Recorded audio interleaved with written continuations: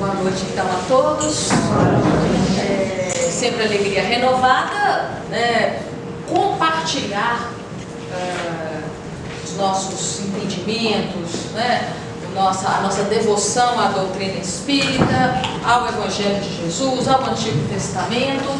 Então a proposta da noite, em homenagem, né, à Fundação Espírita Caritas, é abordar o tema que nos foi pedido, e dentro do tema principal é tempo de amar, né? Como diz meu filho Lucas, eu sou mãe do Lucas Vartil, que aqui frequentou, né, por algum tempo.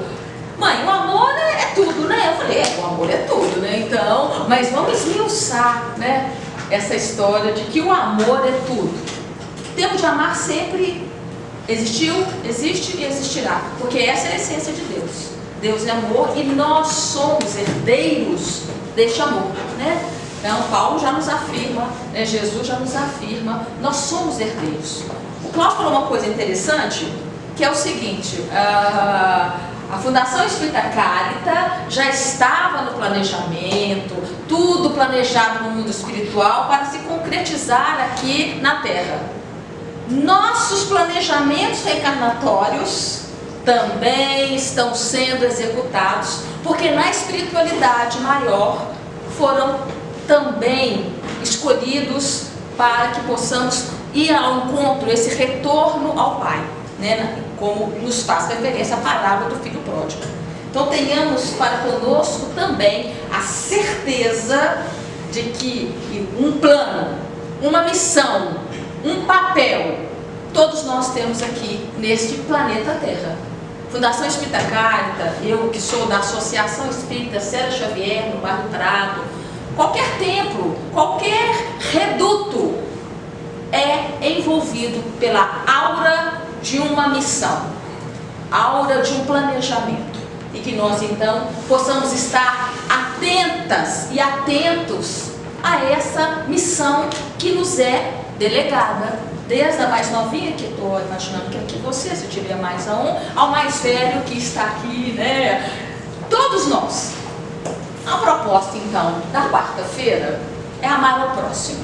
Nossa Senhora da Aparecida, amar ao próximo. O que eu vou falar? É o tema mais falado, é o tema mais buscado, é o que tem mais de discussão em todos os níveis e escolas religiosas, filosóficas, catequéticas, né? Amar o próximo, tá bem, amar o próximo. Eu com o microfone, eu ia ficar meio perdida, né? A câmera me acompanha, a câmera tem que ser assim, zoom pra lá, zoom pra cá, não é verdade? Mas enfim, o tema falar amar ao próximo é uma coisa assim, o que eu vou fazer, o que eu vou falar?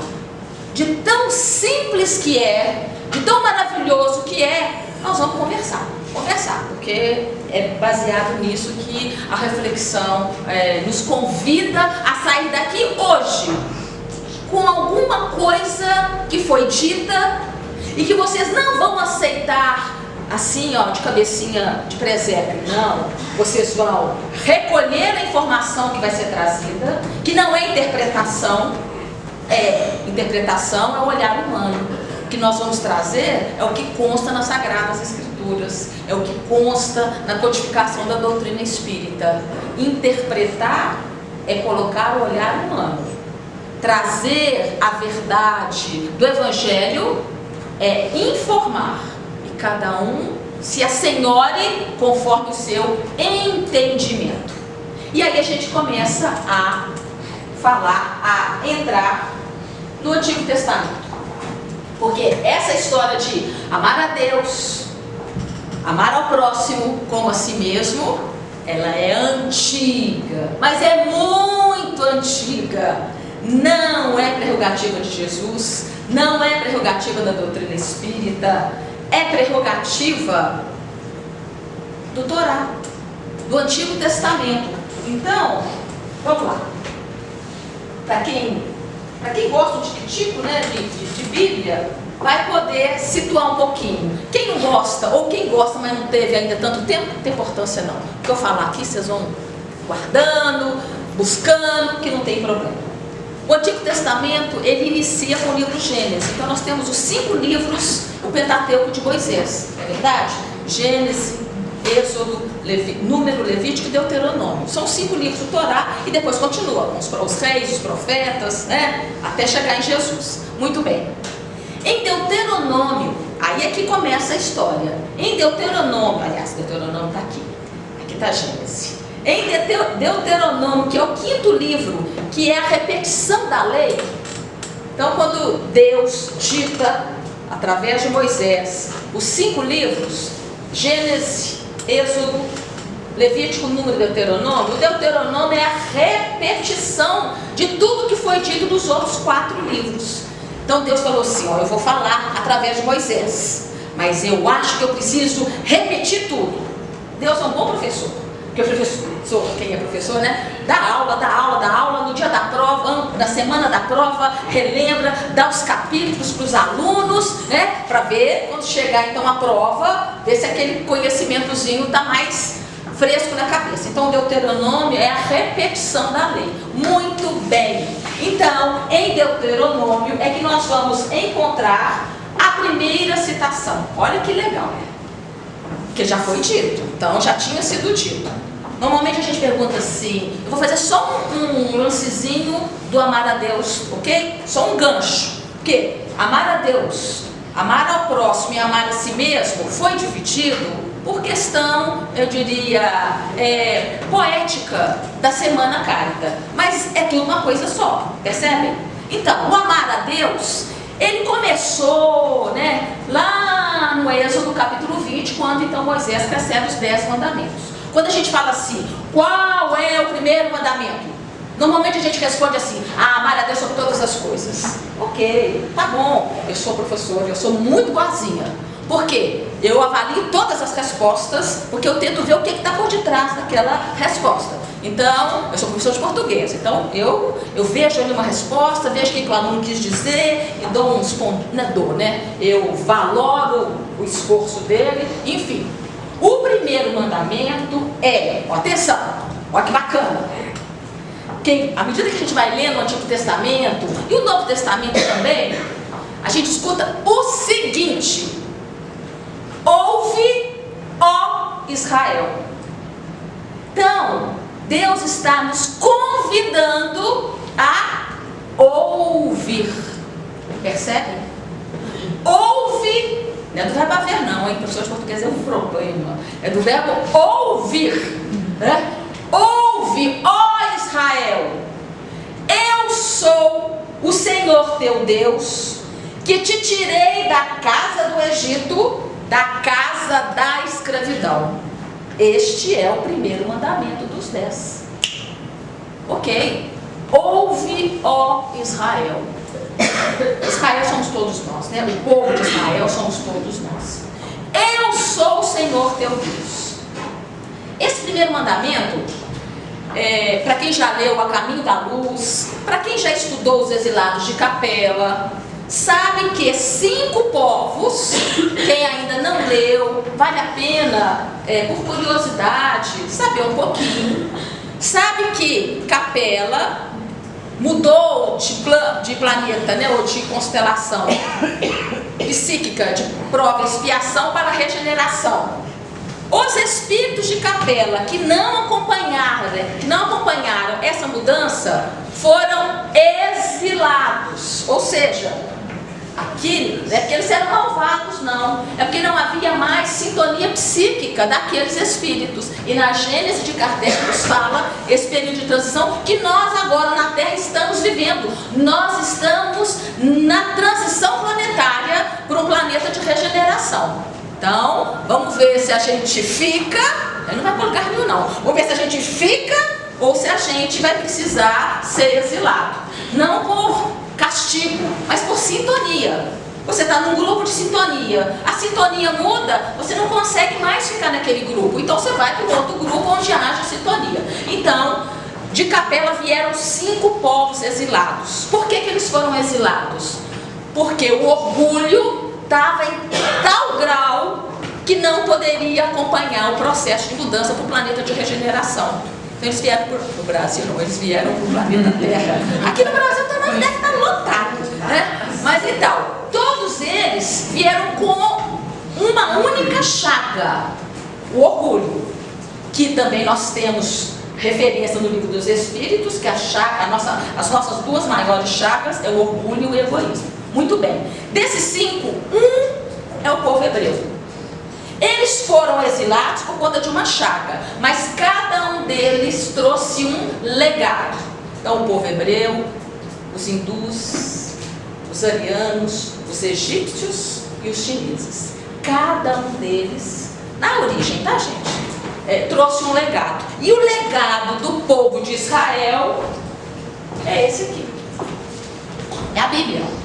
A Bíblia, ou desde o início da Bíblia, a transmissão que nós já estávamos em condições de trabalharmos a ideia de Deus único, o povo hebreu é que trouxe para a gente. Então esse é o legado. Esse foi o presente que eles no Antigo Testamento, a gente encontra esse primeiro mandamento. E ouve, ó Israel. E antes que eu sequencie, só um adendozinho. Quando Cláudio, no início, pediu que nós conversássemos mais baixo, né? É uma questão muito interessante. Por quê? Porque o prurido, a alegria, ela é bacana. É bacana a gente encontrar com amigos, é bacana a gente trocar ideias, mas ao mesmo tempo é interessante que cada um aqui chame para si, né, aquilo que for possível, que o espírito de unção,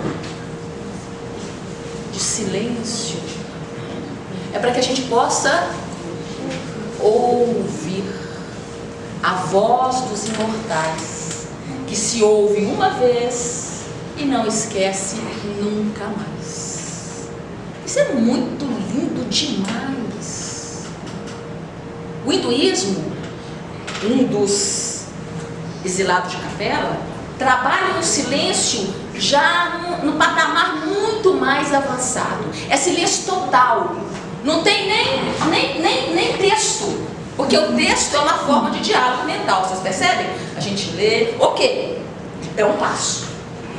Mas o silêncio do ouve, ó Israel, é um convite a uma introspecção, a um silenciar da mente.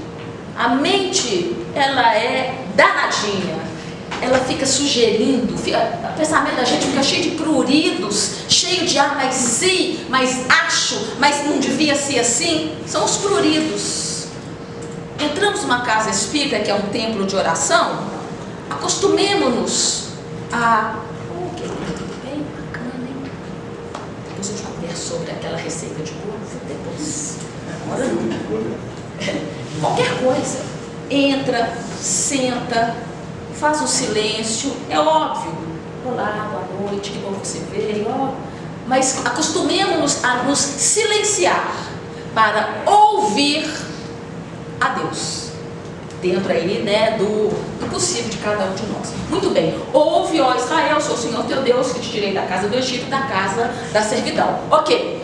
Isso está em Deuteronômio 6, de 1 a 9. Primeira citação. Isso foi repetição da lei, não tem problema. Em Levítico, que é o terceiro livro, fala o seguinte: amarás o teu próximo como a ti mesmo. Não te vingarás, nem guardarás ira contra os filhos do teu povo, mas amarás o teu próximo como a ti mesmo. Eu sou o Senhor vosso Deus. Então, amar ao próximo como a si mesmo está lá atrás, em Levítico capítulo 19, versículo 18, Antigo Testamento. Por isso é que eu digo, estudar a doutrina espírita e o Evangelho de Jesus, indo nas fontes do Antigo Testamento, é uma maravilha. A gente enxerga citações, ensinamentos, porque quando a gente estuda Jesus, Jesus faz N alusões ao Antigo Testamento. Como está escrito na lei? Como lês a lei? O que está escrito? Jesus em total respeito àquele que ele Deus é o governador do planeta Terra. Ele então é que é o responsável, a caminho da luz, ele que é o responsável pelo envio de todos os exilados. E os exilados meio jururus, meio temerosos, falando assim: Nossa Senhora, não falou isso não, né? Mas Nossa Senhora, como é que vai ser? Jesus falou assim: Deixa comigo, eu estou junto com vocês, vai dar certo, vai, que vai dar certo. Então Jesus acompanha todo o processo evolutivo do planeta Terra, desde os primórdios, desde o início. Por isso que nós o chamamos Senhor das Estrelas, governador do planeta Terra. Então, vamos assim lembrar que amar ao próximo como a si mesmo, Jesus chamou, Jesus relembrou, mas que está lá em Levítico, capítulo 19, versículo 18. Muito bem, então, do Antigo Testamento, vamos ficar com esse, Levítico e Deuteronômio, que fala de amar a Deus, que fala de amar ao próximo como a si mesmo, e amanhã o André Moreira vai tratar mais especificamente do amar a si mesmo. Ok. A Bíblia toda, quando eu falo Bíblia, é Antigo Testamento e Novo Testamento. Aliança e Nova Aliança. Correto? Aliança de Deus, que foi feita através de Moisés, e a nova aliança com Deus, que foi feita, que foi trazida através de Jesus. Então, o Antigo Testamento, a aliança que contém o Pentateuco, que contém os juízes, os profetas, né? Os reis, juízes, reis e profetas, e mais o Pentateuco, o tempo inteirinho, todinho. Quem já leu, quem vai ler, quem já leu 2 vezes, quem já estudou, vai perceber o seguinte: a proposta do povo hebreu foi nos trazer o início desse entendimento de Deus único, de Deus amor, justiça, bondade, sempre. Essa é a proposta inicial. Como Moisés trouxe, foi transição. Porque se a gente sai de um politeísmo, se a gente sai de uma cultura de muitos deuses, então Moisés fez uma transição para trazer a ideia de um Deus só. E é esse Deus que é para a gente amar. E depois vem Jesus e dilata, amplia, porque nós estávamos em condições de ouvir. Ouve, ó Israel. Agora vocês não vão esquecer nunca mais. Viu, minha querida? Adoro adolescente, gente, adoro. Adolescente hoje, adolescente até 30 anos. Então, vamos lá, vamos esticar a adolescência, né? Esticar não. Existem estudos, né, em que as datas, elas sofreram, porque a maturidade, a velhice prolongou, então tudo veio, né? Tudo caminhou para cá. Muito bem. Então, o Antigo Testamento é essa proposta bacana. Aí vem Jesus. Quando Jesus vem, Jesus ele começa a falar também do amar a Deus sobre todas as coisas. Agora, assim, o que a gente fala tem informações históricas, mas o mais importante é o que isso vai fazer sentido na minha vida. Porque se a gente sair daqui e falar assim, mas eu fui lá para quê mesmo? Eu ouvi foi o que mesmo? É importante que cada um de nós saia daqui hoje com um sentimento. Opa, olha só. Que perpassa por informações históricas e que perpassa por reflexões do ser espiritual que somos. Então lá vai uma informação histórica.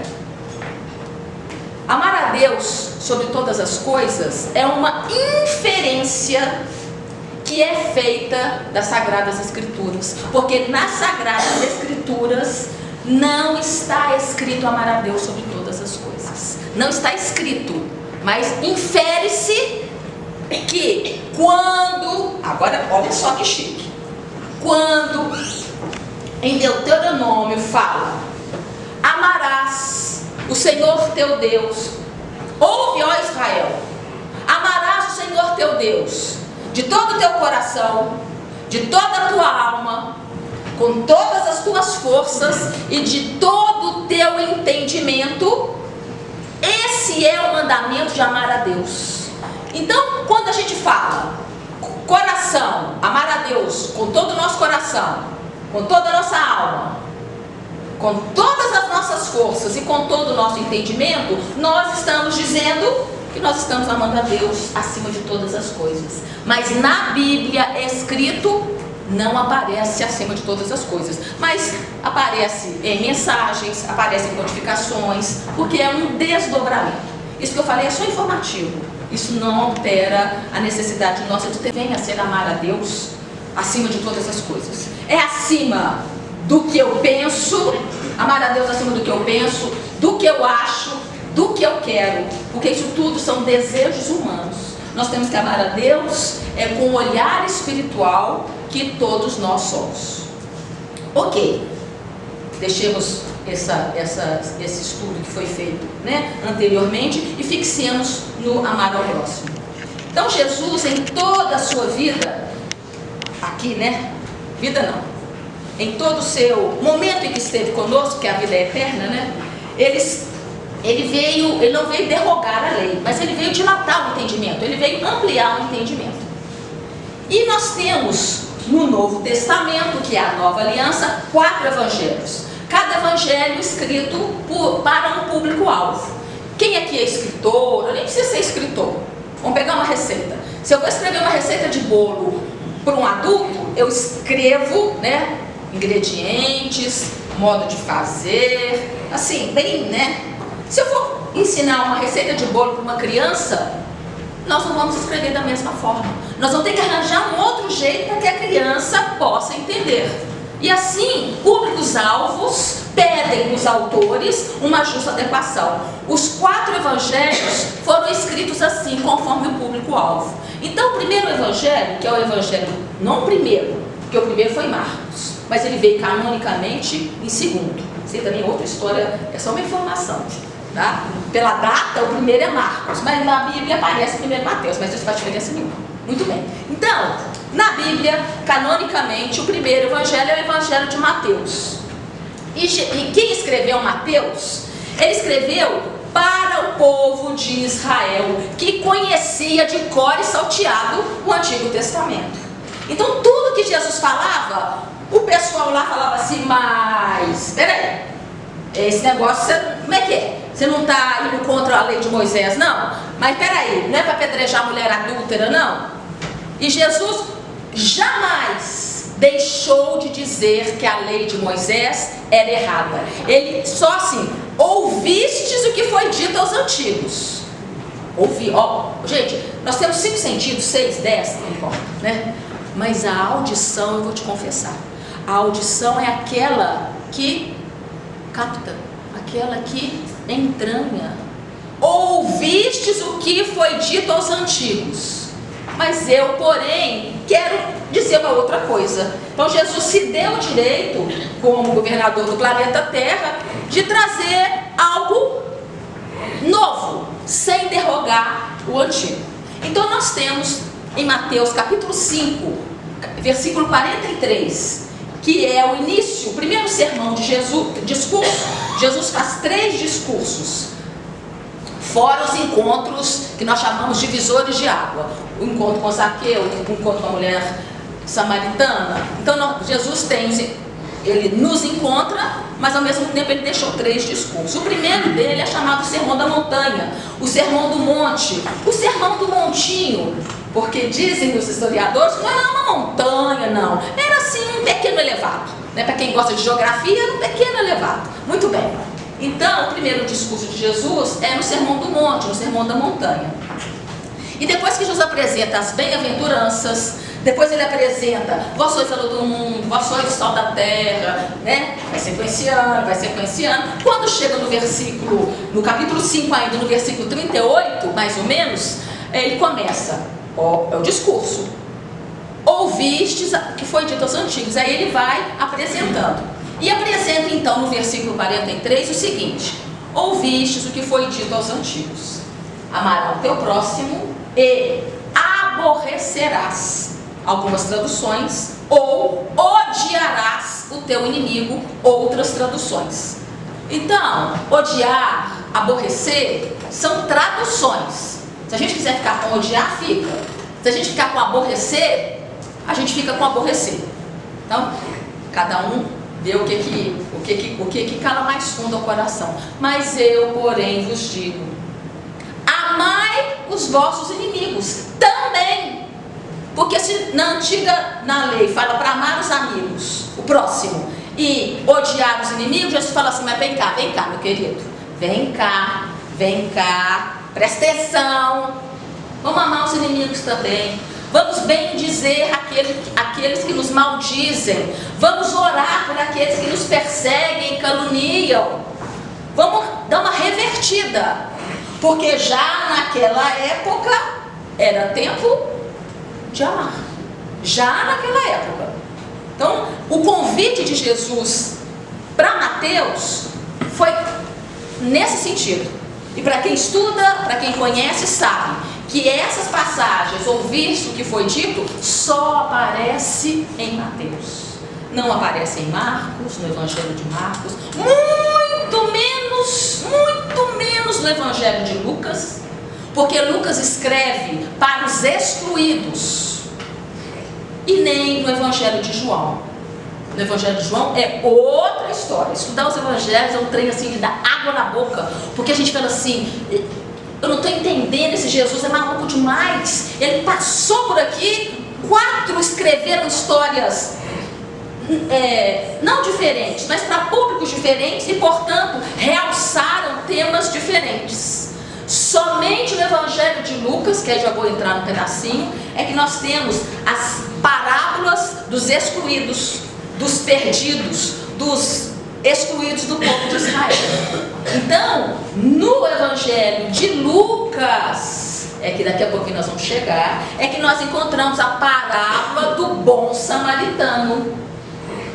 E aí é aí que nós vamos ficar, porque o samaritano era desprezível, abominável, excluído, rechaçado, excluído. Então Lucas escreve para essas pessoas. É em Lucas que a gente encontra a parábola da dracma perdida, a parábola da ovelha perdida, a parábola do filho pródigo. Só gente excluída. Muitos de nós, ou a maioria de nós, mas muitos de nós, que alguns de nós somos aqueles doutores da lei que achávamos que sabíamos a lei de Moisés e que a gente era bam, mas eu vou dizer, de fariseu, escriba, a gente tem muito ainda também. É preciso nos empenharmos em fazer com que o conhecimento se torne experiência. Os doutores da lei, que fomos muitos de nós, maior ou menor escala, isso não vem ao caso, ricos de conhecimento. Conheça a doutrina espírita, conheça os 5 livros de Kardec, conheça a coleção de André Luiz, conheça a coleção de Amélia Rodrigues, conheço. Tudo doutor da lei, tudo sabichão. Só resta saber se o conhecimento que a gente adquire está se transformando em experiência. Tudo bem, cada um no seu ritmo. Por quê? Amarás o Senhor teu Deus de todo o teu coração, de toda a tua alma, com todas as tuas forças e com todo o seu entendimento. Então cada um está no nível de entendimento que lhe é próprio. Mas é bom que cada um de nós fica pensando assim, bom, em que nível de entendimento que eu estou? Ele está fazendo a minha vida tornar mais aceitável da vontade de Deus? Porque se não tiver, é tudo gogó. O conhecimento só se torna... Como é que você chama, minha linda? Isabela. Vou pegar seu nome, tá? Não vou te colocar, não vou você aqui na frente, não. Mas Isabela... Isabela, você que é novinha, presta atenção. O conhecimento, qualquer matemática, qualquer coisa, ele só vai ter serventia quando você o torna experiência. Do contrário, é gogó. E a proposta de Jesus é que o conhecimento se torne experiência. E é por isso que ele nos convida a esse amar ao próximo. Então Jesus fala. Então Jesus ele é questionado. Sempre Jesus foi questionado, mas sempre Jesus tinha uma resposta do amor, uma resposta do conhecimento das suas ovelhas. Jesus é chamado bom pastor e ele conhece todas as ovelhas e nenhuma de suas ovelhas se perderá. Aí Lucas, o Evangelho de Lucas, nenhuma ovelha, porque ele, não é ele, né? Nós vamos voltar para Jesus. Nós vamos ouvir, nós vamos sentir essa necessidade, nós vamos acordar daquilo que a gente está ouvindo.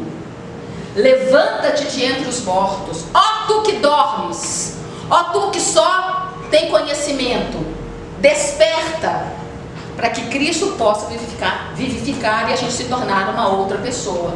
É Paulo de Tarso, nos convidando a esse entendimento do ensinamento que Jesus vem nos trazer. Olha, tudo bem, você está amando os seus iguais, mas que vantagem tem nisso? Qual vantagem que tem? Tem vantagem. A vantagem de que quem me contraria, almoça comigo. Quem não gosta do meu tutu, gente, eu adoro tutu. Quem não gosta do meu tutu, é difícil não gostar, mas tem muita gente que não gosta.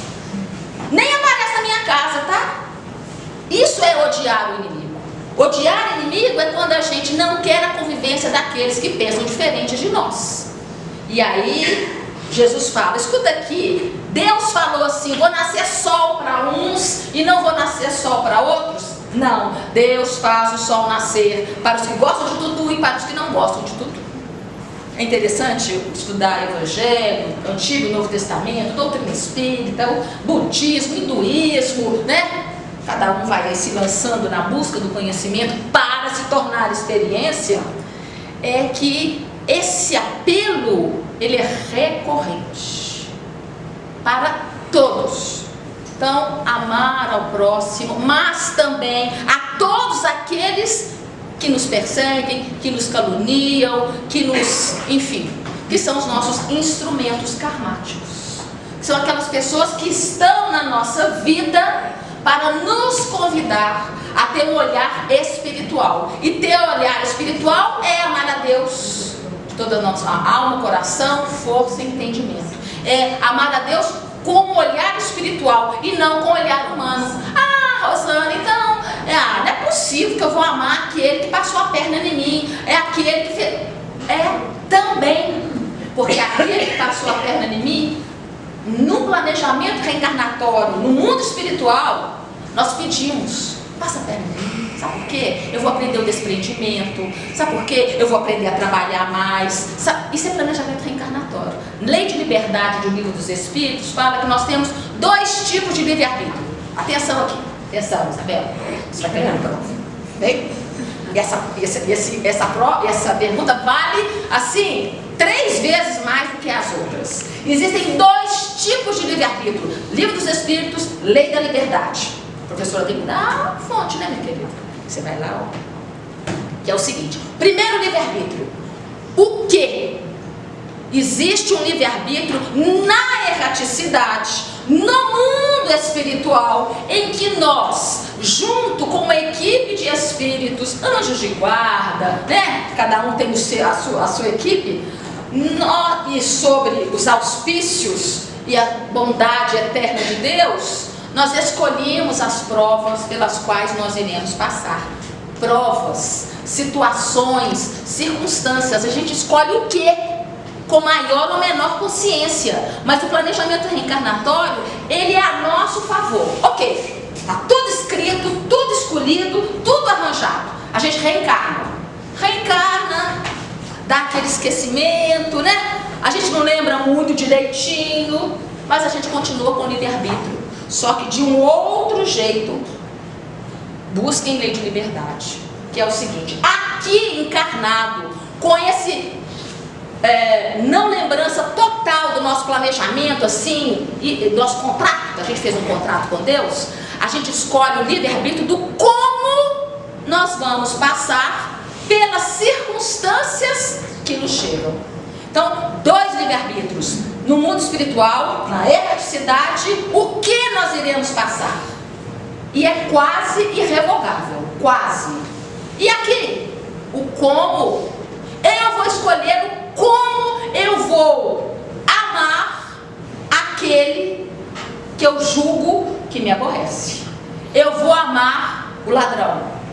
Eu vou amar o estuprador. Eu vou amar aquela professora horrorosa que dá aula muito ruim e faz uma prova horrível. vou amá-la. Eu não vou torcer para ela não vir dar aula, não. Eu quero que ela venha, porque eu vou aprender a amá-la.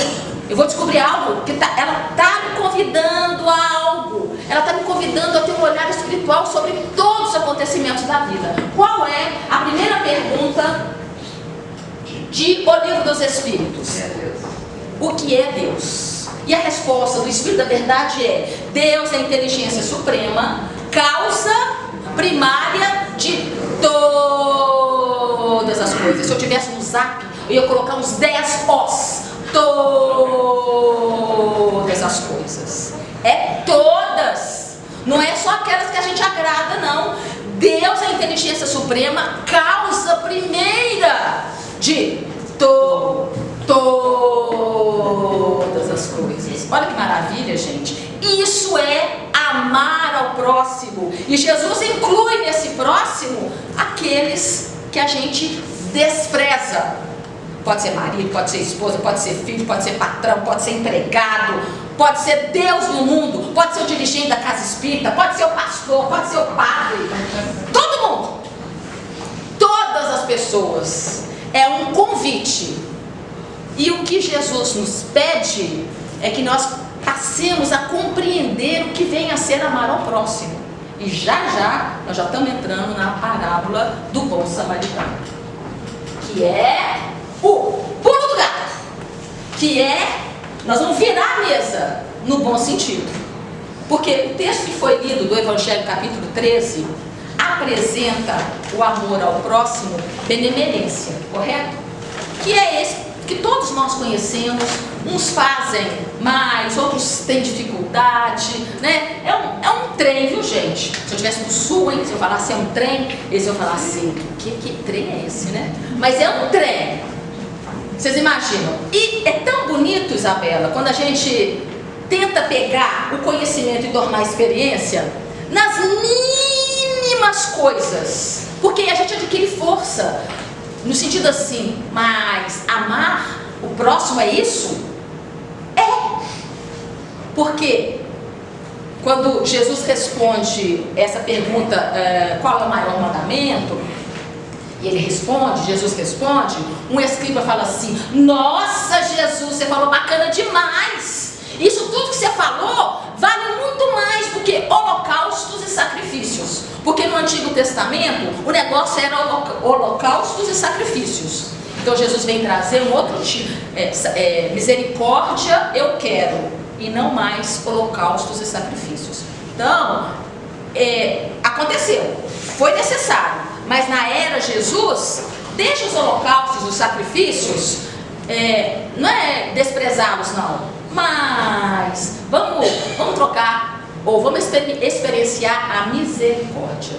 Então, esse escriba fala assim para Jesus: nossa, mas eu adorei esse negócio que o senhor falou. Sabe por quê? Esse negócio que o senhor falou é muito mais do que holocausto e sacrifício. Jesus falou assim para ele, ó, fez um troféu joinha para ele: isso mesmo, cara, é por aí, é por aí. E quando a gente consegue sentir que é por aí, a gente vai ficando fortalecido. Vou dar um exemplo minúsculo, ínfimo, que aconteceu comigo hoje. Estava lá em casa, eu estou com lá 2 funcionários fazendo limpeza de pedra. Aí deu 4 horas, eu passei um cafezinho, tinha um pão, tinha um bolo, o trem todo. Aí eu falei assim: minha Nossa Senhora, eles estão lá fora, eles trouxeram marmita, eu tenho que levar cafezinho para eles. Olha só, hein, gente. Aí eu falei assim: sei lá. Depois eu pensei assim: escuta aqui, dá um cafezinho, leva um bolinho, passa uma geleinha, qualquer coisa, porque é algo que a gente faz de coração, é algo que você se doa. E isso é um exemplo que eu chamaria assim de tiquinha de galinha, uma coisinha bem pequenininha. Porque quando a gente se propõe a olhar para o outro, a gente mais ou menos imaginar algo que a gente possa estar ali numa relação possível, que é a lei de sociedade, que é a segunda parte do livro dos Espíritos. Então, a lei de sociedade nos pede essa relação. Aí eu fui levar, pus na bandeja, aí pronto, né? Aí eu pus na bandeja, pus xícara, pus o bolinho, levei lá fora, estava chovendo. Já estava chovendo. Aí eu falei assim, não, Senhor, que nada. Mas no primeiro momento me deu preguiça. Olha para vocês verem. Me deu preguiça. Aí eu falei, que bobagem é essa? Por nada, por muito pouco, a gente pode fazer pequeninas ações que vão contribuir para o tempo de amar. A gente fala assim, é tempo de amar. Então eu vou dar passe todos os dias, eu vou fazer campanha no quilo, eu vou visitar orfanato, eu vou visitar asilo, eu vou lá no Terezinha Deramar e me doar lá toda terça-feira à tarde, né? Coração de amor, é tempo de amar. É tempo de amar. Mas é tempo de amar também nas nossas relações com aqueles que são os mais próximos, que é parente, ok? Mas que também são pessoas com as quais a gente convive na sociedade e nos palcos onde cada um de nós está inserido. Muito bem, vamos lá. Só uma coisinha, da mesma forma que eu falei que não está escrito amar a Deus sobre todas as coisas no Torá, mas é uma inferência que se faz, percebem? Vou dizer uma outra coisa doida. Quando Jesus fala assim, ouviste o que foi dito aos antigos, amarás o teu próximo e odiarás o teu inimigo, não está escrito em Levítico 19:18. Em Levítico 19:18 está escrito só assim: não te vingarás, nem guardarás ira contra os filhos do teu povo, mas amarás o teu próximo como a ti mesmo. O próximo aqui é só o povo de Israel, tá? Entenda-se isso. Aqui em Levítico não está escrito odiar o inimigo. Aí a gente fala assim, mas peraí, se não está escrito no Torá, de onde será que Jesus tirou isso? Porque se ele tirou, tem a fonte. Então existem os historiadores, os pesquisadores, quem estuda teologia, a gente vai atrás, e Jesus, como é o conhecedor de todos nós, dos que nos antecederam, Jesus enviou a todos. Então Jesus conhece todos os manuscritos, todos os escritos. E no manuscrito do Mar Morto, que foi dado autenticidade em 1950, foi descoberto lá atrás, mas foi dado a autenticidade pelo povo de Israel em 1950. Existe um manuscrito que fala o seguinte: que eles possam amar todos os que ele escolheu e odiar todos os que ele rejeitou. Então, em um dos manuscritos encontrado no Mar Morto, Jesus faz referência a esse odiar o inimigo.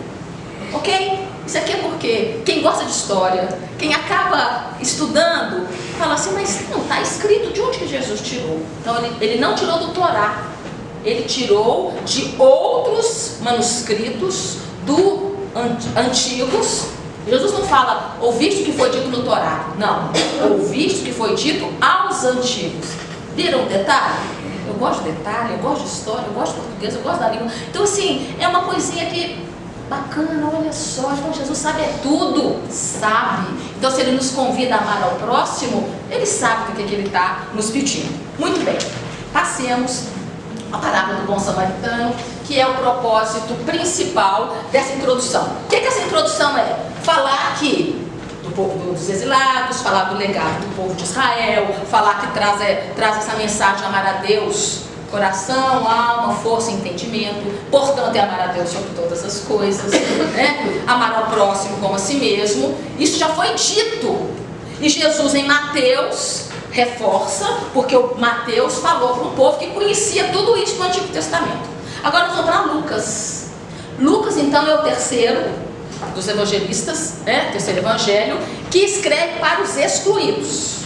E dentre os excluídos, os samaritanos eram um deles. Por quê? Porque quando o povo de Israel foi exilado para a Babilônia e depois voltou, e os inimigos e os povos, isso aí está tudo no Antigo Testamento, tá? Uma história bacana, enfim. Os samaritanos se misturaram com os assírios, que era o povo que invadiu a Samaria.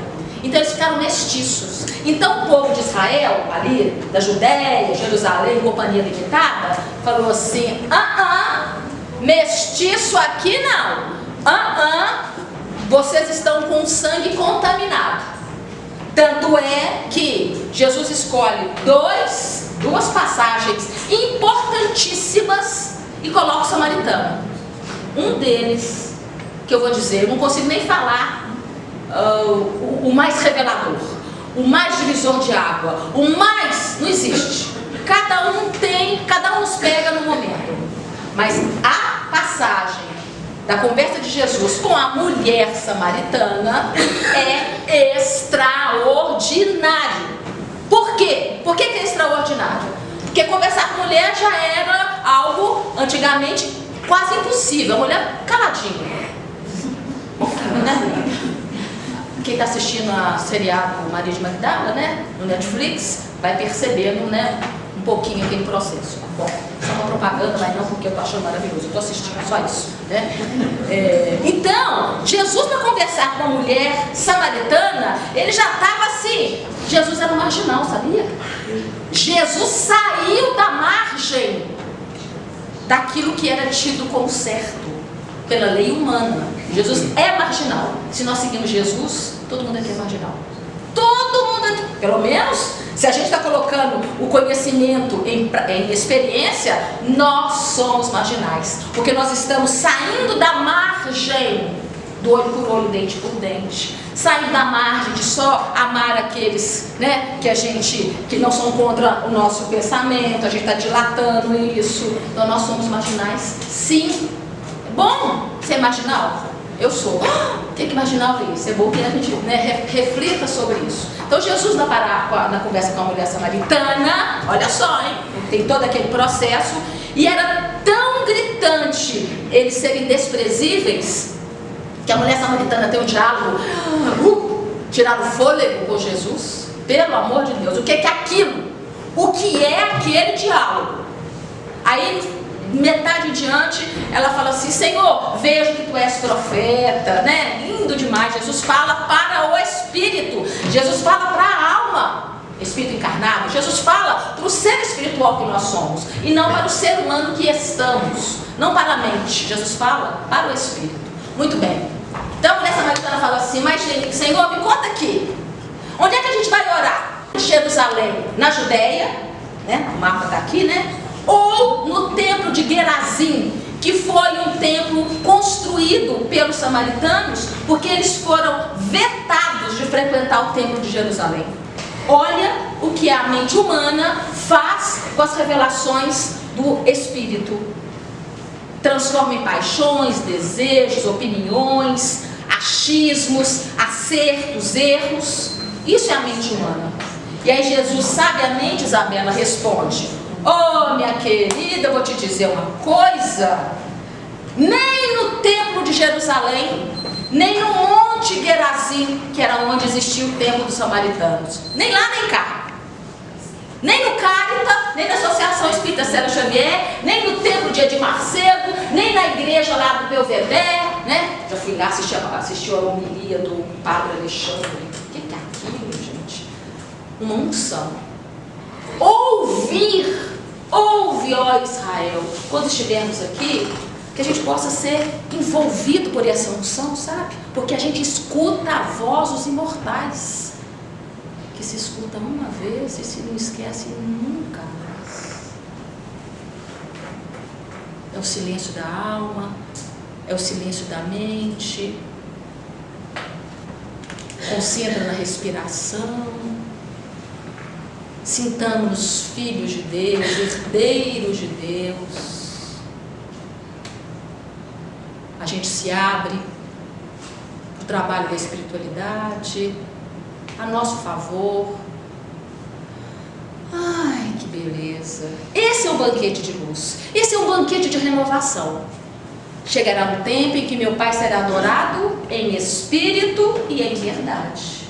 Mas por enquanto, nós ainda buscamos os templos de pedra. Isso aqui é um templo de pedra. Mas chegará um dia em que não restará pedra sobre pedra. Em que sentido? Olha que maravilha! A Fundação Espírita vai continuar, tá? Mas, que bom!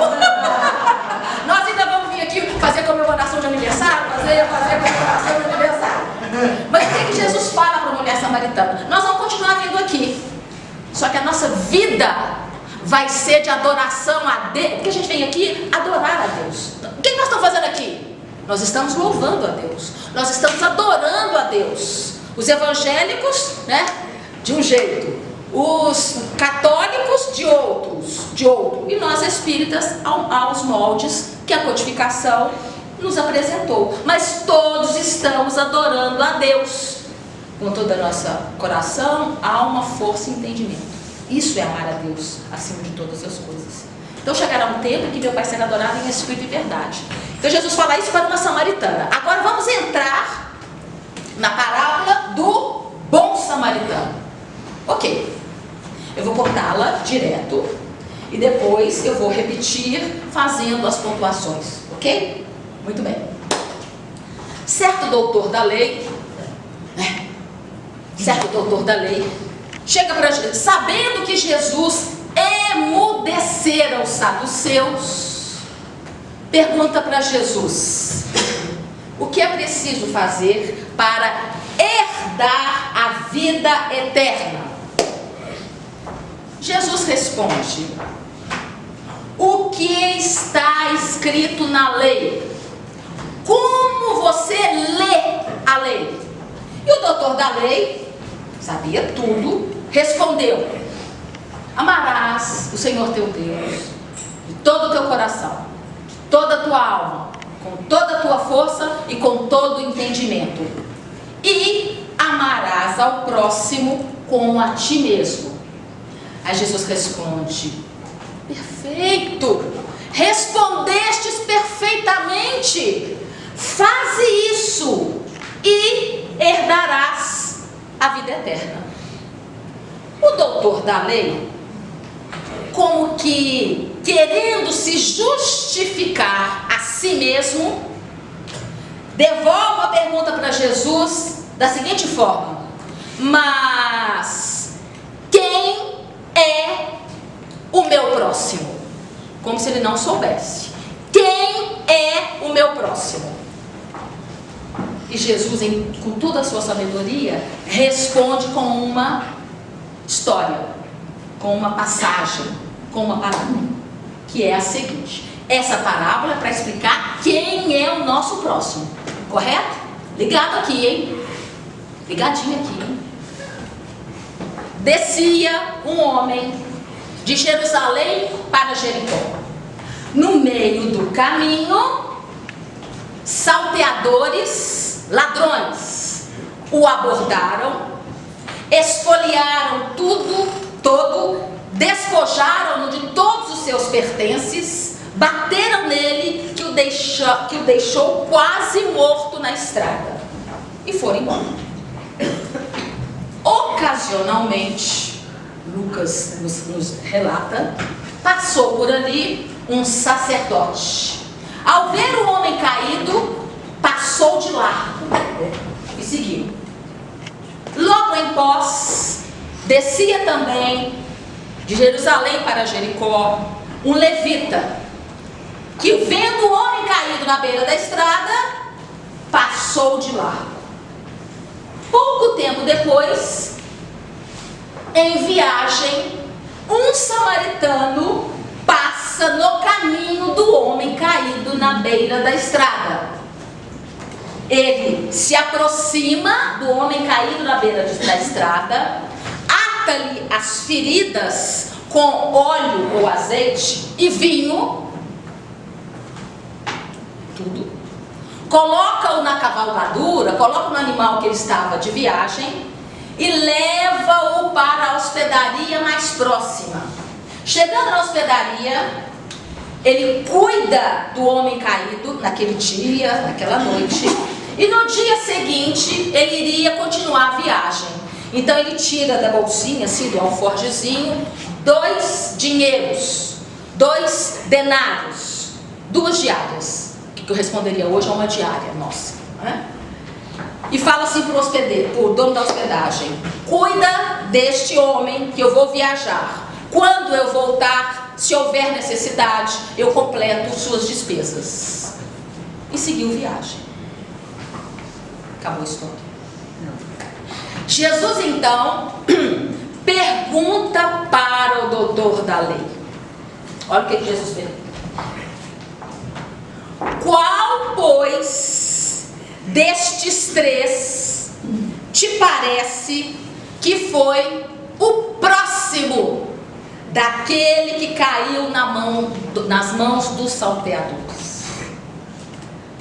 O doutor da lei não titubeou e respondeu o seguinte: aquele, o mais próximo do homem caído na beira da estrada, foi aquele que usou de misericórdia para com ele.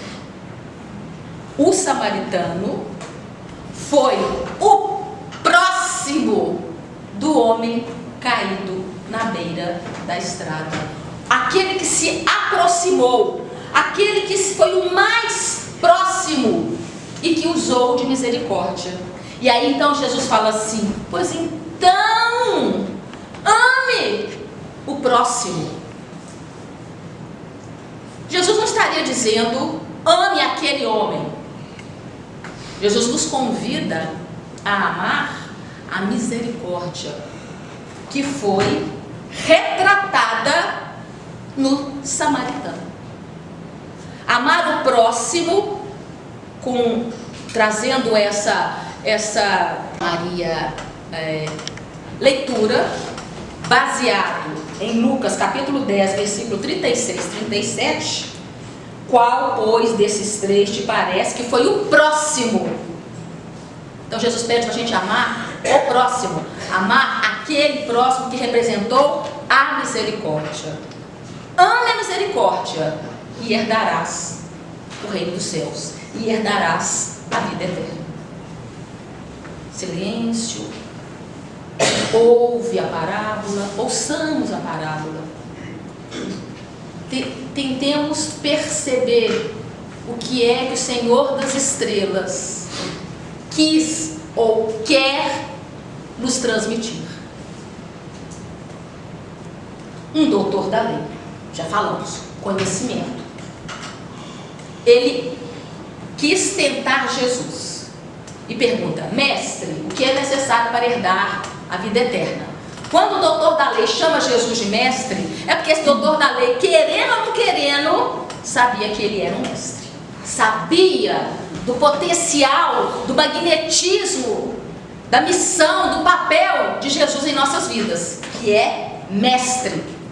Ou eu fico deslumbrada, né? Enfim, quando os discípulos viram para Jesus e falam assim: bom mestre, o que Jesus responde? Mestre, eu sou, mas bom só o nosso Pai que está nos céus. Ou para Jesus falar isso, eu vou te contar. Acaba no nosso orgulho, acaba no sentido assim.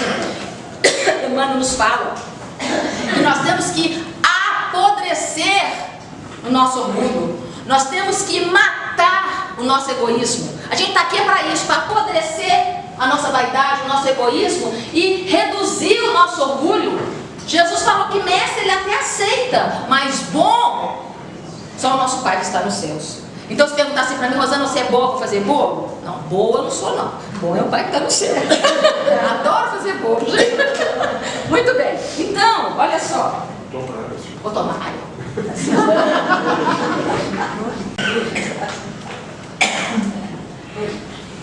A gente é claro, né? Aqui é para o corpo físico, né? Porque a água viva do Evangelho, a gente está aqui, né? Alimentando-nos da água viva do Evangelho. Então, o doutor da lei, cheio de conhecimento, mas achou Jesus um mestre e tal. O que é necessário para herdar a vida eterna? A vida eterna é a vida do Espírito, que pode ser herdada aqui e agora. Em Boa Nova, capítulo 8, Bom Ânimo, Jesus fala para Bartolomeu. Bartolomeu fala assim: ah, Jesus, eu quando escuto, eu saio animado. Quando eu chego lá fora no meu dia a dia, desmorona tudo. A gente está aqui, né? Ouvindo, animado, pelo menos eu estou, né? Animada, e a gente, eu vou. Entrou ali, o carro te cortou, o seu, daquela, né? Ama o seu inimigo. Que aqui, né? Ama o seu inimigo. É bem assim. Então, o nosso empenho é esse, de colocar em prática todo o conhecimento. Então Bartolomeu fala assim: ah, Jesus, ah, que maravilha quando eu te escuto, mas depois eu chego em casa, eu tenho um pai que não me compreende, eu tenho 2 irmãos que falam que eu não estou trabalhando, que eu estou levantando muito cansado para pescar, porque eu estou ficando aqui com o senhor até meia-noite, e aí eu acordo 5 horas da manhã. Isso está dentro da história, mas mais ou menos, são alguns detalhes que a gente imagina que pode ter acontecido. O marido não fala assim não. E eu fico então encantado quando o Senhor fala do reino dos céus, quando o Senhor fala da vida eterna. Eu tenho vontade de ir até ela. Jesus deve ter botado a mão na cintura e deve ter falado assim: Bartolomeu, chega aqui. Você acha, isso está em Boa Nova, ipsis literis, não estou inventando, só não sei repetir, né? Você acha que Deus teria me enviado aqui na terra para falar de um reino de céus que ainda vai acontecer, de herdar a vida eterna depois que a gente desencarnar? Se ele já tiver, né? Se esse tempo já tiver sido cunhado, mas não tinha sido cunhado. Não, Bartolomeu. A vida eterna, o reino dos céus é aqui e agora. Aqui no carta, hora que saiu, hora que chegar ali e o retrovisor do meu carro estiver quebrado. É amar a Deus com toda a nossa força, alma, entendimento, tudo. É amar as circunstâncias que nos chegam, porque elas têm um propósito, porque Deus é a inteligência suprema, a causa primária de todas essas coisas. Que hora que eu fui aceitar esse convite de ir lá no cloud, olha lá meu retrovisor, isso é olhar humano.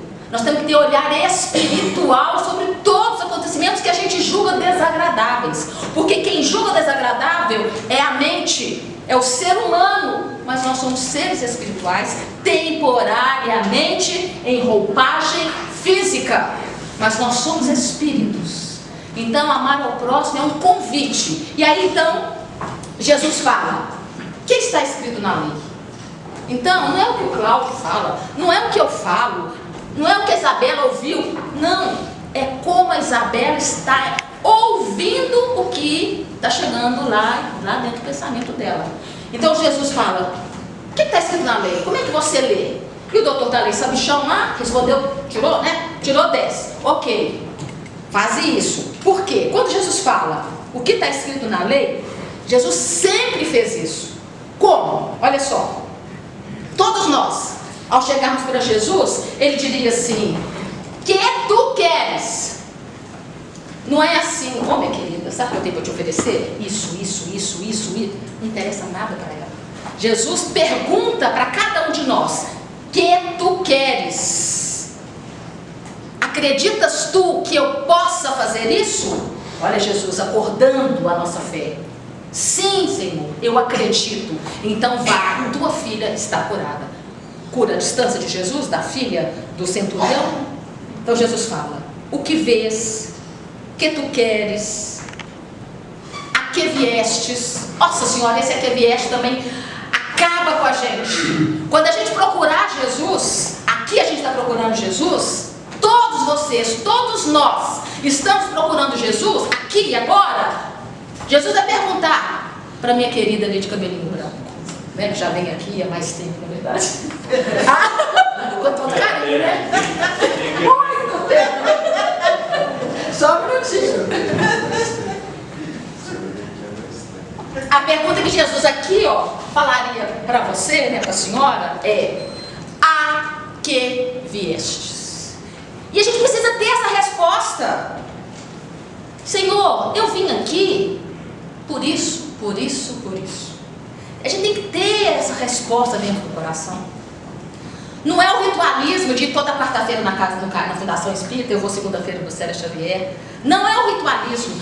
A que viestes? Jesus nos pergunta. Então, ao adentrar esse portãozinho aqui, aqui estou vindo aqui, por que eu estou vindo aqui? Agora, não acho que Jesus é bonzinho não, hein? Jesus é o cara. Eu não vim trazer a paz, eu vim trazer a espada. Eu não vim trazer a união, eu vim trazer a divisão. Qual divisão? Do ser humano, do pensamento humano, do pensamento espiritual. Sabe por quê? Porque no livro Até o Final dos Tempos, de Amélia Rodrigues de Valdo Pereira Franco, tem uma história de Lavínia e Miriam. Miriam era uma paralítica, enfim, a história é longa, não vou contar lá não. É linda. Paralítica. Então ela fica sabendo de Jesus. Então Então ela procura Jesus. Ó, atenção, atenção. Ela procura Jesus. E Jesus pergunta assim para ela, paralítica, né? Não sei o que é, toda paralítica, não sei. Pode contar. E Jesus pergunta assim para ela: a que viestes? Parece que Jesus nem sabia, né? Tipo assim, né? Como a que vieste? Não tá vendo aqui, ó, não anda. Aí ela fala: Senhor, atenção, hein? Eu gostaria de andar. Ela tinha uma resposta, não tinha? Ela foi procurar Jesus com uma resposta. O que é que Jesus respondeu para Miriam? Vamos lá. Então presta atenção, pus o pé aqui no carta. Eu vim porque eu quero andar. Faz conta, né? Jesus responde: andar não é a melhor coisa que te parece. Dar-te-ei algo maior. Vá, minha filha. Ouve, ó Israel. A que viestes, filha? Andar, Senhor. E Jesus responde: ó, planejamento reencarnatório, doutrina espírita, tudo junto e misturado. Andar não é a melhor coisa que te parece. Dar-te-ei algo maior. E ela prossegue a sua jornada encarnatória sem ter voltado a andar das pernas, mas adquiriu asas espirituais e voou alto no seu entendimento de que Deus é a inteligência suprema, causa primária de todas as coisas. Então, ao adentrarmos, imaginemos o que a gente pede. Então, a gente não pede nada, tá? Porque, como disse o Ricardo, meu esposo, se você pede: Senhor, me dá paciência, Senhor, ele fala, ele vai te colocar numa fila do SUS, ele vai te colocar numa fila para você aprender, na fila de banco, para você aprender a ter paciência. Você não pediu? Então, ó, oração hoje é: Senhor, não vou pedir nada. Isso é um exemplo, uma caricatura. Senhor, eu não vou pedir nada. Senhor, que meu filho passe no vestibular. Pede não, viu, gente? Não pede não. Porque se não for o melhor para o seu filho não passar no vestibular, ele vai ralar o joelho, vai sangrar, ele vai fazer os cursinhos todos e ele não vai passar. Porque ele pediu isso para ele no planejamento reencarnatório. A prova da persistência, a prova de entender que se não foi esse caminho, vai ser outro. Que se uma porta fecha, outra abre. De que é o olhar espiritual que deve estar acima do nosso olhar humano. E aí, seguindo a parábola, Jesus fala, então: ocasionalmente desceu um sacerdote e um levita. Sacerdote, meus queridos, era o representante de Deus lá no povo de Israel. Então, cheio de conhecimento, cheio de deveres, mas não passou de largo. O levita, que é da tribo de Levi, um dos filhos da tribo de Israel, também passou de largo. Também, assim, cheio de obrigações no templo. E passou o samaritano, que era um ser desprezível.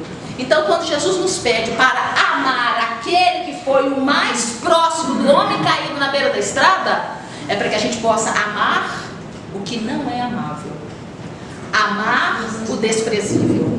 Amar o excluído. Amar o mestiço. Não no sentido raça, no sentido de amar aquele que não comunga com os nossos pensamentos. Amar aquele que pensa diferente de nós. Isso é amar a todos que nos chegam,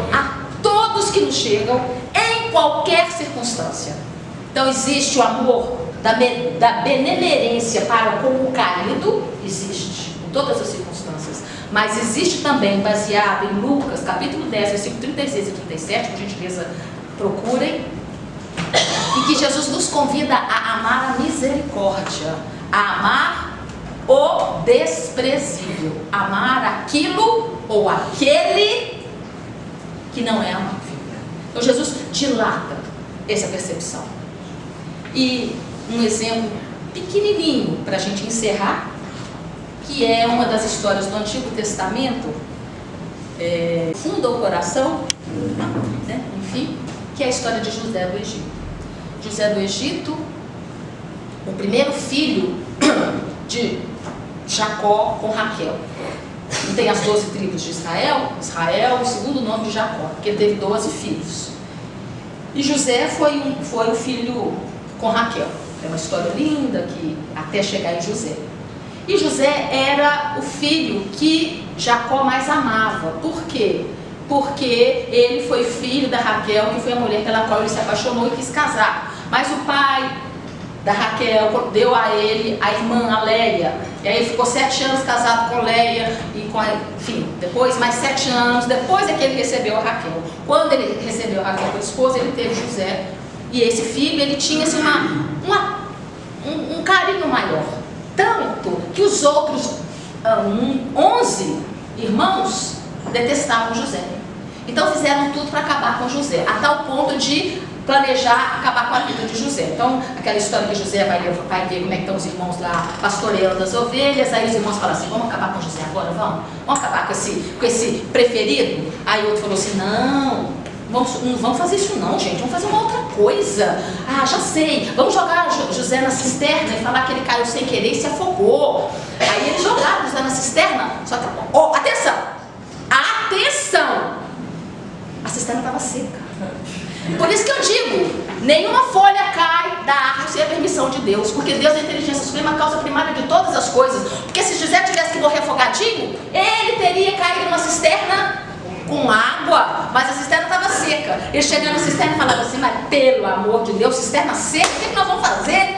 Ah, vamos matar. Não vamos matar não, os irmãos, né, fazendo aquelas coisas todas. Vinha vindo então lá um grupo de beduínos. Aí ele falou assim, vamos fazer o seguinte, não vamos sujar nossas mãos de sangue não, vamos vender José, porque o pessoal lá, ele vai ser escravo, a gente fica livre dele. E aí o que a gente faz? A gente mata um bicho, pega a túnica colorida, toda não sei o que, do José, que o nosso pai deu só para ele, a gente mancha aqui nesse sangue e leva para o nosso pai.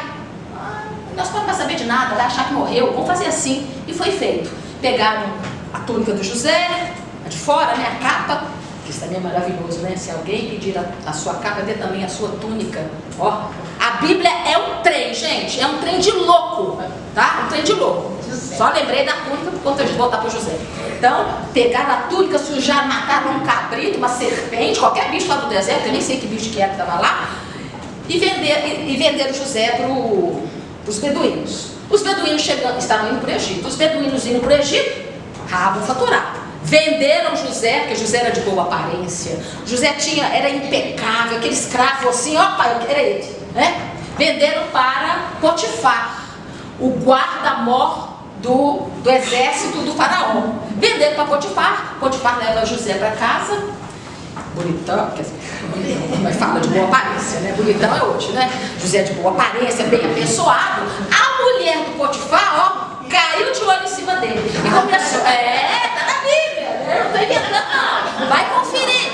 Gênesis, vai conferir na Gênesis, capítulo 36, em diante até 45. Tem que ler, né, gente? A Rosana falou, eu vou acreditar, mas não vou pegar essa Bíblia, mas nem morta. À vontade, fica à vontade, o que vocês quiserem. Então a mulher começou a dar de cima do José, sabe, Isabel? E o José, não. E a mulher, mas eu pego ele agora. Na hora que o Potifar estava entrando dentro de casa, o que a mulher fez? Cena. Ó, quanto tempo a mulher faz cena, hein? Putz, querida, tá na hora da gente acabar de fazer cena. Tá na hora da gente ver como ser espiritual que somos. A mulher de Potifar, então, rasga a roupa do José e fala assim, olha aqui quem você colocou dentro de casa. Tá me querendo. Potifar falou assim, seu ingrato, depois de tudo que eu te fiz, vai pra prisão. José vai pra prisão. Chega na prisão, José é amado instantaneamente onde ele estava, sabe, gente? No caso da mulher foi essa questão do apetite sexual. Ok, problema dela. No caso da prisão, José tinha uma aura daquele que temia a Deus. Temer a Deus não é ter medo não. Temer vem da raiz de ter intimidade, de conhecer, de buscar. Por isso que no Antigo Testamento fala, temente a Deus. Ser temente a Deus é ter intimidade com a mensagem de Deus. Lá na prisão, o que acontece? José decifra 2 sonhos, de um copeiro que estava lá e de um padeiro. Ele falou assim, ó copeiro, você vai ser salvo. Ó padeiro, não quer dizer nada não, mas você vai ser, porque eles tiveram sonhos. E dito e feito, o copeiro foi liberto e o padeiro foi morto. Aí José falou assim, pode ir copeiro, Se um dia você quiser lembrar de mim, fique à vontade. Aí o copeiro esqueceu do José, voltou a trabalhar com o faraó. De repente o faraó começa a ter os sonhos. 7 vacas magras, 7 vacas gordas, 7 vacas magras, 7 espigas gordas, 7 espigas magras. E ninguém estava decifrando. Veio gente de tudo quanto é jeito, tudo quanto é lugar. E nada, e o rei já ficando descoroçoado. Já que aquilo. O copeiro, 2 anos depois, lembrou do José e falou assim: ó, dá licença, humildemente, eu quero falar uma coisa. Tem um moço, tem um hebreu lá na prisão que ele é ótimo para decifrar sonhos. Aí o faraó falou assim: traz para mim, agora. Aí José saiu da prisão, chegou lá no faraó. E José desvenda o sonho, falando que o Egito não, as terras iam passar por 7 anos de fartura e 7 anos de escassez. Então o que o Egito fez? Triplicou, quadruplicou as plantações, encheu seus silos, ficou abastado. Quando chegou os 7 anos de escassez, o Egito estava vendendo grãos. No entorno, estava todo mundo passando fome. Quando o faraó descobriu que José decifrou o sonho, o faraó falou assim: olha, o negócio é o seguinte, é Deus, lá no... falou isso não faz de conta, é Deus, faraó, pelo amor de Deus ainda não, é Deus, eu e você. José se tornou abaixo do faraó, com tudo que podia, mudou nome, ganhou terra, aquela história toda, e ficou lá. Quando o povo começou a passar fome, o pai dele lá, o Jacó, falou assim, que já chamava Israel, falou assim: minha Nossa Senhora, vamos lá no Egito comprar as sementes, porque eles têm demais. E foram os irmãos para o Egito. Chegando lá, José, está chegando, viu, gente, está acabando. Chegando lá, José reconhece os irmãos, mas fica caladinho. Por quê? Porque o irmão do José, o Benjamim, que era o irmão junto com a Raquel, né? Era José e Benjamim, filhos de Raquel, casados com Jacó. Não tinha ido. E José falou assim: nossa, estou vendo todos esses irmãos, mas eu quero ver Benjamim. E aí José fala assim: aqui, não tenho mais irmãos não? São só esses? Aí o mais velho falou assim: não, tem um que fica lá em casa que meu pai não deixa sair por nada, porque ele já perdeu o nosso irmão José, que caiu era ele mesmo, né? E meu pai agora não manda o Benjamim de jeito nenhum. Aí José falou assim: deixa estar, eu quero ver o Benjamim. Eles foram embora. Passado um tempo, olha o tempo, gente, é tempo de amar. Isso já se passou 10, 15, 12 anos. A gente acha que é amanhã que eu vou sair daqui. Não, as coisas têm um tempo, o tempo de Deus, né? Aí, segunda vez, o pai falou assim: vai lá no Egito, busca mais. Só que José fez o plano. O que José fez? Os irmãos vieram, compraram sementes. José colocou várias peças de prata dentro dos sacos de grãos. Mas ninguém não falou nada, claro, né? E aí, eles foram embora, os irmãos. Nisso, de repente, eles estão escutando a cavalgada lá dos soldados atrás dele, falando assim: para tudo. Vocês estão roubando o faraó. E os irmãos: como? Não roubando nada, não. Aí, quer ver? Pegou uma faca, abriu aquele saco de grão, caiu tudo no chão, e lá as peças de prata. Aí tá todo mundo preso, todo mundo voltando. Aí voltaram para o Egito. Chegando lá, o José falou assim: ó, o negócio é o seguinte, ficam aqui de refém, ficam aqui, Simeão, e vocês vão lá na terra de vocês e tragam Benjamim, e tragam esse filho que seu pai não deixa. Os filhos voltaram e falaram assim: pai, pelo amor de Deus, nós vamos ser presos, ele está pedindo Benjamim. E o pai falou assim: não, mas não sei, não, meu Deus, já perdi a Raquel, já perdi o José, eu vou perder o Benjamim. Pai, mas só tem que liberar. Liberou. Aí foi. Está chegando o ápice. Eu vi a história? Tem início, meio, ápice, fim. Está chegando o ápice. Quase acabou. Aí vieram com o Benjamim. Quando José, eu fico pensando assim, imagina um egípcio bonitaço, um egípcio todo paramentado. De hebreu ele já tinha deixado muito para trás, né? Não que hebreu seja feio, horroroso, não. Os paramentos. Quando José viu Benjamim, o que José fez? Não está escrito assim não, mas faz de conta. Tira, eu que estou imaginando, né? A gente conta a história, tem que imaginar a história. Ele tira aquele negócio assim de Egito, sabe esse negócio? Ele tira, deve ter tirado aquele trem assim, né? coisa que eles têm, né? Negócio. E os irmãos olharam para José e falaram assim: acabou, nós estamos ferrados, nós estamos acabados, nós estamos exterminados. Esse é o José que a gente tanto odiou, tanto planejou matá-lo. Aí nós todos agacharam no chão, está na Bíblia, todos agacharam assim. Agora, Isabela, é com isso que você vai para casa. Outras coisas também. José então fala assim: levantem, meus irmãos,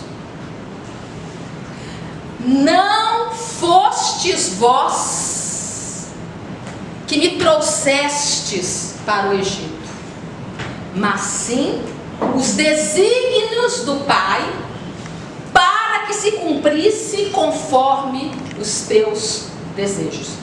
De Deus. Então José nesse momento ama o próximo, usando da misericórdia, porque qual destes três é o mais próximo do homem caído na beira da estrada? Contínuo, aquele que usou de misericórdia. Então José usou de misericórdia para com aqueles próximos, que no caso eram irmãos, né, da mesma família, e disse: louvado seja Deus, vocês terem sentido inveja de mim, vocês terem planejado me matar, vocês terem me vendido para os beduínos, eu ter sido vendido por Potifar, a mulher do Potifar gostado de mim, ter me mandado para a prisão. Olha a sequência da nossa vida, gente. A nossa vida inteira tem uma razão de ser. E a razão de ser é Gênesis, capítulo 45, vai lendo, vai começar antes, né? Para que se cumpra os desígnios de Deus. E para que se cumpra os desígnios de Deus, nós vamos aprender a amar a misericórdia, a amar o próximo, que representa a misericórdia. Então nós agradecemos a casa que nos acolhe, agradecemos o legado do povo hebreu, o Antigo Testamento, a vinda de Jesus com o Novo Testamento, a doutrina espírita, que nós planejamos adentrar os conhecimentos da doutrina espírita, e que nós então, senhores de todo esse conhecimento, tornemos esse conhecimento em experiência, quando olharmos para o irmão que é desprezível, que não faz aquilo que a gente gosta, amar o que não é ou quem não é amável. Que a paz de Deus esteja em nossos corações, que aprendamos a amar cada vez mais a Deus, toda a nossa alma, de todo o nosso coração, com todas as nossas forças e de todo o nosso entendimento. Muito obrigada e até uma próxima.